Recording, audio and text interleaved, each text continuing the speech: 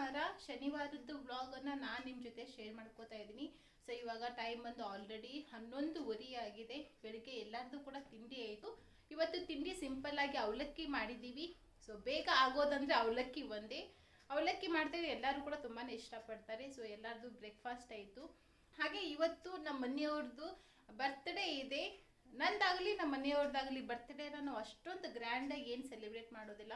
Just ಬರೀ simple ಆಗಿ ಆದರೆ ಅವತ್ತಿನ ದಿವಸ ಹೊಸ ಬಟ್ಟೆ ಹಾಕೋತೀವಿ, ದೇವಸ್ಥಾನಕ್ಕೆ ಹೋಗಿ ಬರ್ತೀವಿ, ಇಲ್ಲ ಅಂದರೆ ಲಂಚ್ಗೆ ಅಥವಾ ಡಿನ್ನರ್ಗೆ ಹೊರಗಡೆ ಊಟಕ್ಕೆ ಅಂತ ಹೋಗ್ತೀವಿ. ಅದೂ ಆಗಿಲ್ಲ ಅಂದರೆ ನಾವು ರಾತ್ರಿ ಸಿಂಪಲ್ ಆಗಿ ಒಂದು ಕೇಕ್ ಮಾತ್ರ ಕಟ್ ಮಾಡ್ತೀವಿ.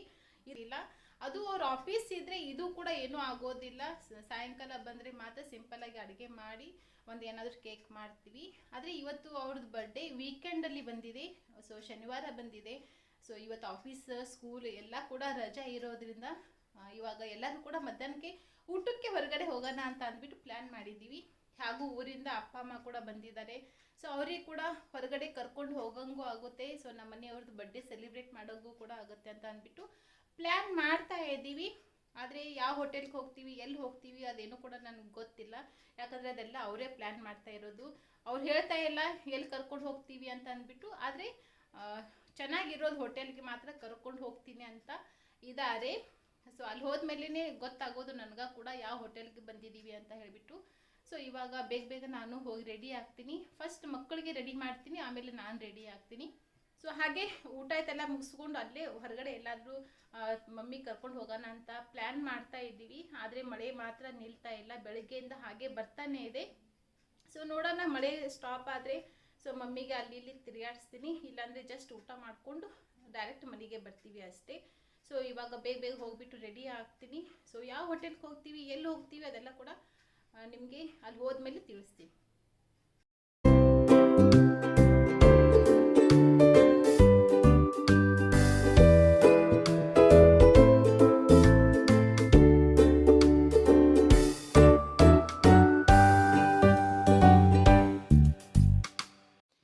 ಫೈನಲಿ ನಾವು ಹೋಟೆಲ್ ಬಂದು ರೀಚ್ ಆದ್ವಿ. ನಾವು ಹೋಗಿರುವಂತಹ ರೆಸ್ಟೋರೆಂಟ್ ಹೆಸರು ಬಂದುಬಿಟ್ಟು ಬಾರ್ಬಿಕ್ಯೂ ನೇಷನ್ ಅಂತ. ಇದು ನಮ್ಮ ಮನೆಯಿಂದ 30 to 40 ಮಿನಿಟ್ಸ್ ಡ್ರೈವಲ್ಲಿ ಇರೋದು. ಸೊ ಇಲ್ಲಿ ಬಫೆ ಸಿಸ್ಟಮಲ್ಲಿ ಕೂಡ ಊಟ ಇತ್ತು, ಮತ್ತು ಟೇಬಲ್ ಮೇಲೆ ಕೂಡ ಅವರು ಊಟನ ಸರ್ವ್ ಮಾಡ್ತಾಯಿದ್ರು.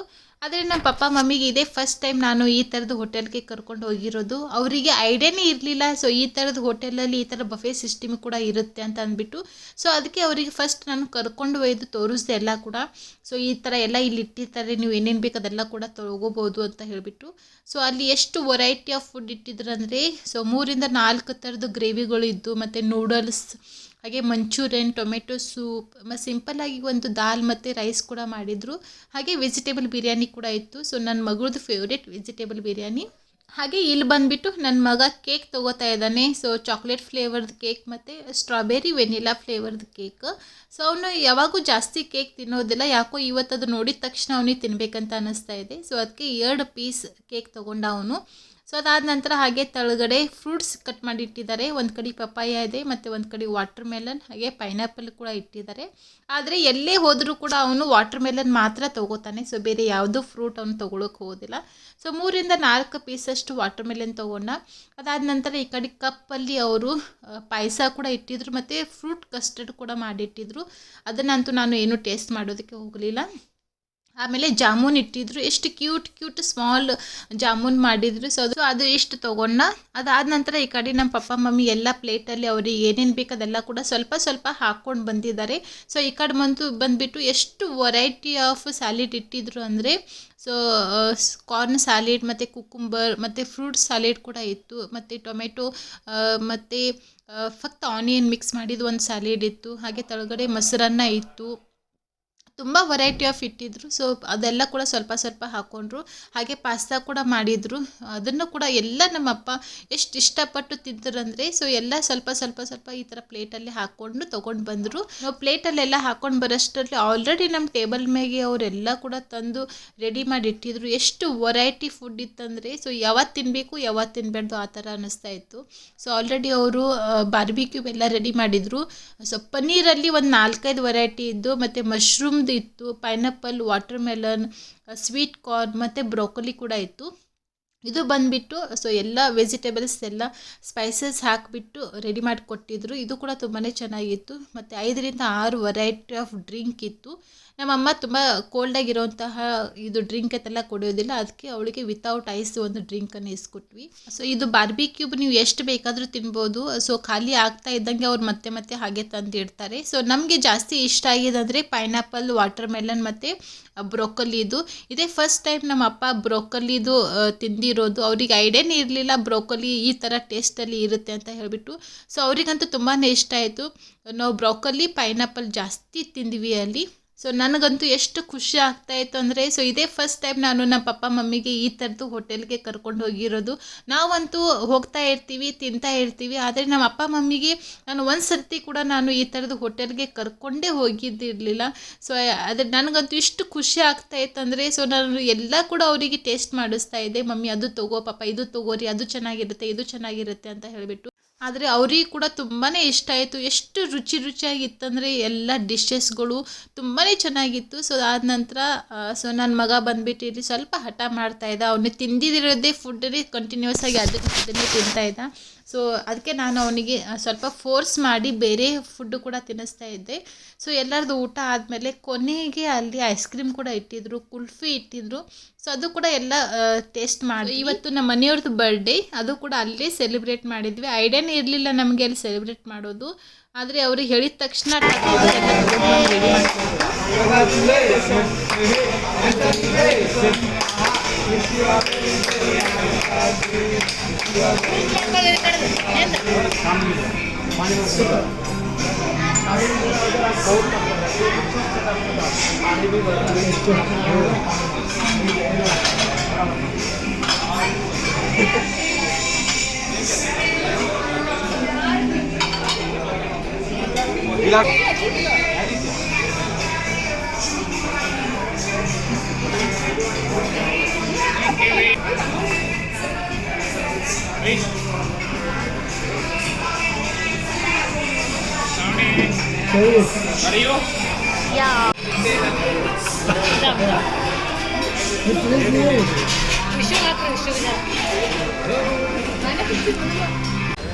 Vishu balloon ಕೊಟ್ಟಿವೆ.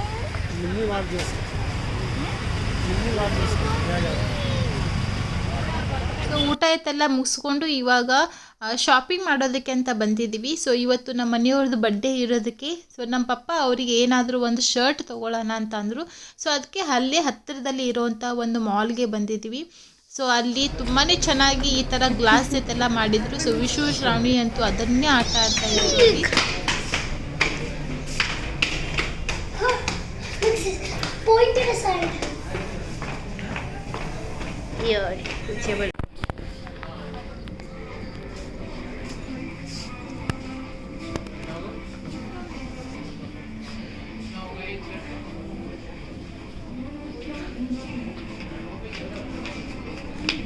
Say hi, Vish. Hi. So ನಾನು ನಮ್ಮ ಮಮ್ಮಿ ಇಬ್ಬರು ಕೂಡ ಶರ್ಟ್ ಸೆಲೆಕ್ಟ್ ಮಾಡ್ತಾ ಇದ್ವಿ. ಕೆಲವೊಂದಕ್ಕೆ ಆಫರ್ ಇತ್ತು, ಕೆಲವೊಂದಕ್ಕೆ ಆಫರ್ ಇರಲಿಲ್ಲ. ಹಾಗೆ ತುಂಬ ಡಾರ್ಕ್ ಕಲರಲ್ಲಿ ಕೂಡ ಇದು ಎಲ್ಲ. ಸೊ ಅಷ್ಟು ಡಾರ್ಕ್ ಕಲರ್ ಅವ್ರಿಗೆ ಇಷ್ಟ ಆಗೋದಿಲ್ಲ. ಸೊ ಲೈಟಾಗಿ ಇರುವಂಥ ಕಲರನ್ನೇ ತೊಗೋಬೇಕು ಅಂತ ಹೇಳಿಬಿಟ್ಟು ನೋಡ್ತಾ ಇದ್ವಿ.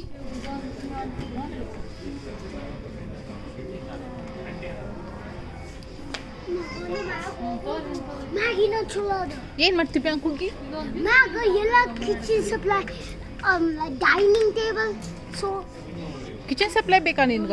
ಇಲ್ಲಮ್ಮ, ಎಲ್ಲಾದ್ರೂ ಮ್ಯಾಗ ಹೋಮ್ ಎಲ್ಲ ಡೆಕೋರೇಷನ್ಸ್ ಮತ್ತೆ ಡಿಸೈನ್. ಫಸ್ಟ್ ಪಪ್ಪಗೆ ಶರ್ಟ್ ಸೆಲೆಕ್ಟ್ ಮಾಡೋಣ, ಆಮೇಲೆ ಹೋಗೋಣ.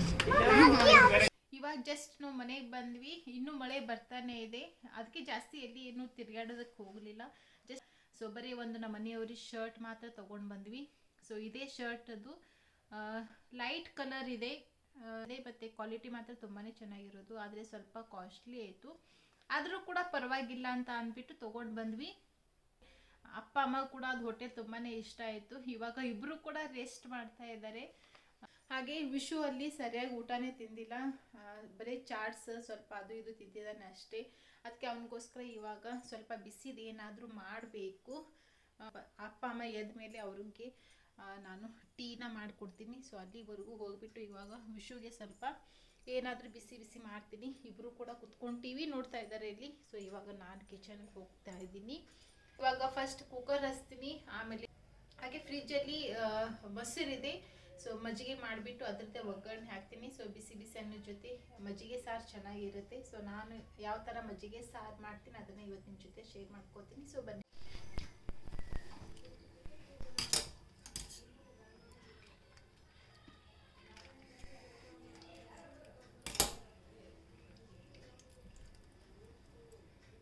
ಸ್ವಲ್ಪ ಮಾತ್ರ ಮಾಡ್ತಾ ಇದ್ದೀನಿ, ಜಾಸ್ತಿ ಬೇಡ. ಸ್ವಲ್ಪ ಉಪ್ಪು ಹಾಕೋತಾ ಇದ್ದೀನಿ.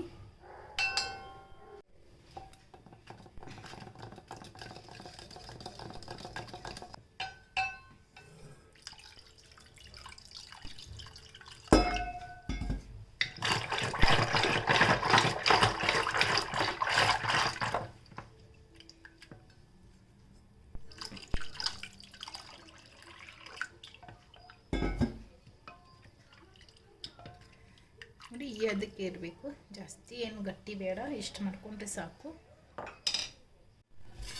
ಸೊ ಇಲ್ಲಿ ಒಂದು ಕುಟ್ಟಕಲ್ಲು ತೊಗೊಂಡಿದ್ದೀನಿ. ಇವಾಗ ಇದಕ್ಕೆ ಕೊತ್ತಂಬರಿ, ಒಂದು 2 ಇಂಚಷ್ಟು ಹಸಿ ಶುಂಠಿ, ಸ್ವಲ್ಪ ಬೆಳ್ಳುಳ್ಳಿ ಮತ್ತು ಖಾರಕ್ಕೆ ನೋಡ್ಕೊಂಡ್ಬಿಟ್ಟು ಹಸಿಮೆಣಸಿನ್ಕಾಯಿ ಹಾಕ್ಕೊಳ್ಳಿ. ನಾನಿಲ್ಲಿ ಒಂದು ಅರ್ಧ ಹಸಿಮೆಣಸಿನ್ಕಾಯಿ ತೊಗೊಂಡಿದ್ದೀನಿ.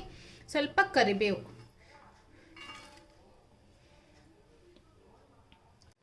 ಹಾಗೆ ಒಂದು ಅರ್ಧ ಟೀ ಸ್ಪೂನ್ ಜೀರಿಗೆ ಹಾಕೋತಾ ಇದ್ದೀನಿ. ಹಾಕ್ಕೊಂಡು ಇವಾಗ ಇದನ್ನು ಕುಟ್ಕೊಳ್ಳೋಣ. ನೀವು ಬೇಕಾದರೆ ಮಿಕ್ಸರ್ ಜಾರಲ್ಲಿ ಕೂಡ ಇದನ್ನು ಕುಟ್ಕೋಬೋದು, ಆದರೆ ನಾನು ಇಲ್ಲಿ ಕಲ್ಲಲ್ಲಿ ಕುಟ್ತಾ ಇದ್ದೀನಿ.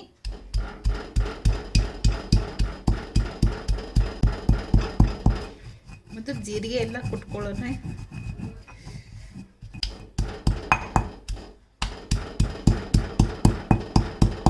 ನೋಡಿ ಈ ಥರ ಎಲ್ಲ ಸಣ್ಣದಾಗಿ ಕುಟ್ಕೊಂಡಿದ್ದೀನಿ. ಇಷ್ಟು ಕುಟ್ಕೊಂಡ್ರೆ ಸಾಕು. ಈ ಥರ ಕುಟ್ಕಿಸಿದ್ರೆ ಒಗ್ಗರಣೆ ಹಾಕಿದ್ರೆ ಮಜ್ಜಿಗೆ ಸಾರು ತುಂಬಾ ಚೆನ್ನಾಗಾಗುತ್ತೆ.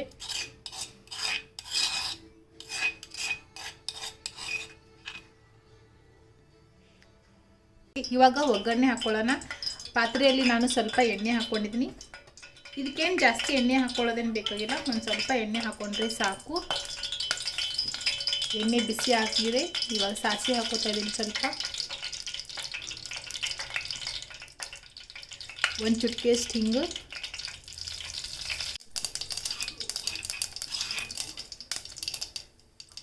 ಕುಟ್ಟಿಟ್ಟಿರೋಂತಹ ಶುಂಠಿ ಬೆಳ್ಳುಳ್ಳಿ ಕರಿಬೇವುದೇನಿದೆ ಆ ಪೇಸ್ಟ್ ಹಾಕೋತಾ ಇದ್ದೀನಿ.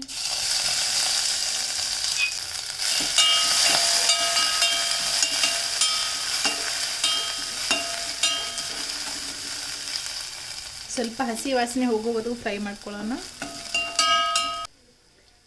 ಮಸಾಲ ಎಲ್ಲ ಫ್ರೈ ಆಗಿದೆ. ಇವಾಗ ಮಜ್ಜಿಗೆ ಹಾಕೋತಾ ಇದ್ದೀನಿ. ಮಜ್ಜಿಗೆ ಹಾಕೋದ ತಕ್ಷಣ ಇಮಿಡಿಯೇಟ್ಲಿ ಗ್ಯಾಸನ್ನು ಆಫ್ ಮಾಡ್ಕೊಂಡ್ಬಿಡ್ಬೇಕು. ಉಪ್ಪಂತೂ ನಾವು ಆಲ್ರೆಡಿ ಹಾಕಿದ್ದೀವಿ. ಸೊ ಜಸ್ಟ್ ಮಜ್ಜಿಗೆ ಹಾಕ್ಕೊಂಡ್ಬಿಟ್ರೆ ಮುಗೀತು, ಮಜ್ಜಿಗೆ ಸಾರು ರೆಡಿ. ಒಂದು ಸರ್ತಿ ಸ್ಪೂನಿಂದ ಈ ಥರ ಮಿಕ್ಸ್ ಮಾಡ್ಕೊಂಡ್ಬಿಟ್ರೆ ನೋಡಿ ಒಂದು ಮಜ್ಜಿಗೆ ಸಾರು ರೆಡಿ ಆಯಿತು. ತುಂಬಾ ರುಚಿಯಾಗಿರುತ್ತೆ. ನೀವು ಕೂಡ ಒಂದು ಸರ್ತಿ ಖಂಡಿತವಾಗ್ಲೂ ಟ್ರೈ ಮಾಡಿ ನೋಡಿ.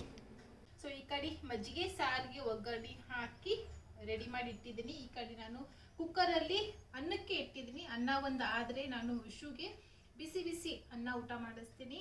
ಸೊ ಇವತ್ತಿನ ವಿಡಿಯೋನ ನಾನು ಇಲ್ಲಿಗೆ ಎಂಡ್ ಮಾಡ್ತಾ ಇದ್ದೀನಿ. ಮತ್ತೆ ನೆಕ್ಸ್ಟ್ ವಿಡಿಯೋಲಿ ಸಿಗ್ತೀನಿ. ಹಾಗೆ ನೀವು ಇನ್ನೂ ನನ್ನ ಚಾನಲ್ಗೆ ಸಬ್ಸ್ಕ್ರೈಬ್ ಮಾಡ್ಕೊಂಡಿಲ್ಲ ಅಂದರೆ ಪ್ಲೀಸ್ ಇವಾಗೆ ಚಾನಲ್ಗೆ ಸಬ್ಸ್ಕ್ರೈಬ್ ಮಾಡಿಕೊಂಡು ವಿಡಿಯೋಸ್ಗಳನ್ನು ನೋಡಿ. Thank you so much for watching.